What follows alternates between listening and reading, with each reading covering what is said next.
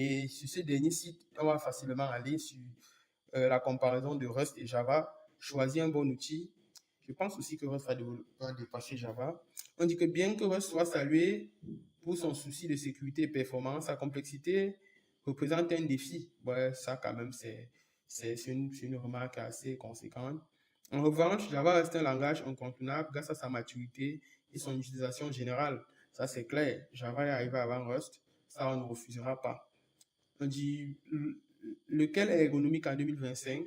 On dit les données de rapport de 2024 sur l'état de l'écosystème des développeurs illustrent clairement que les différences entre Rust et Java en termes de part de marché d'adoption. Rust a franchi une étape importante en 2024 avec une base d'utilisateurs de plus de 22 millions d'utilisateurs.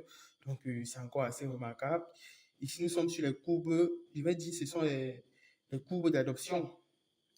On voit carrément ici que Rust n'est pas quand même beaucoup adopté parce qu'il est aussi relativement très jeune. On va dire index. Donc, ici, ça c'est... Qu'est-ce que l'adoption commerciale de Rust?